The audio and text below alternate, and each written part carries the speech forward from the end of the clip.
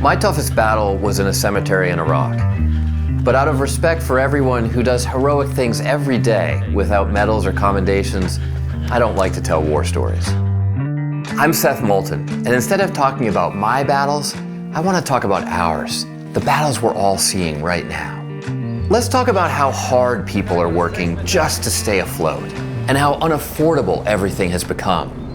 Let's talk about our need for universal health care, and how Republicans would rather shut down the government than lower healthcare costs. Let's talk about our children and the future that will be left for them if we don't protect our democracy and tackle climate change. But we also have to talk about the things we don't want to, like how Democrats have failed to stop Donald Trump's harmful, racist agenda. Our party has clung to the status quo, insisted on using the same old playbook, and isn't fighting hard enough. The next generation will keep paying the cost if we don't change course. This isn't a fight we can put off for another 6 years. The future we all believe in is on the line. We're in a crisis, and with everything we learned last election, I just don't believe Senator Markey should be running for another 6-year term at 80 years old. Even more, I don't think someone who's been in Congress for half a century is the right person to meet this moment and win the future. Senator Markey's a good man, but it's time for a new generation of leadership, and that's why I'm running for U.S. Senate.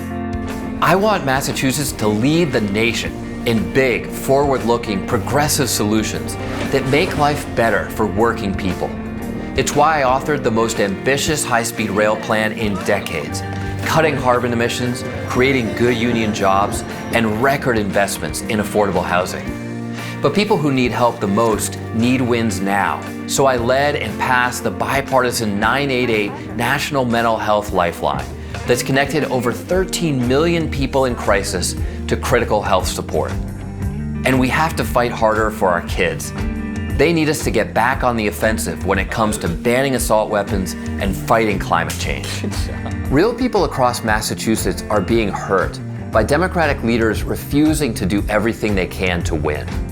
We've got to look in the mirror and be honest. It's time for change. After fighting all day and all night in that cemetery without food or water, we finally stopped our advance, and I sat down for 5 minutes.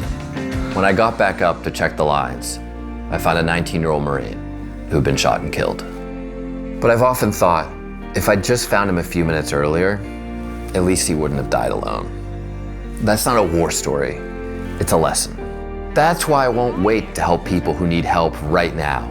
It's why I won't wait to do the hard thing and call out what's not working in our own party. And it's why we can't wait to protect our families from Donald Trump and the MAGA Republicans. We can win the future we all deserve if we do it now.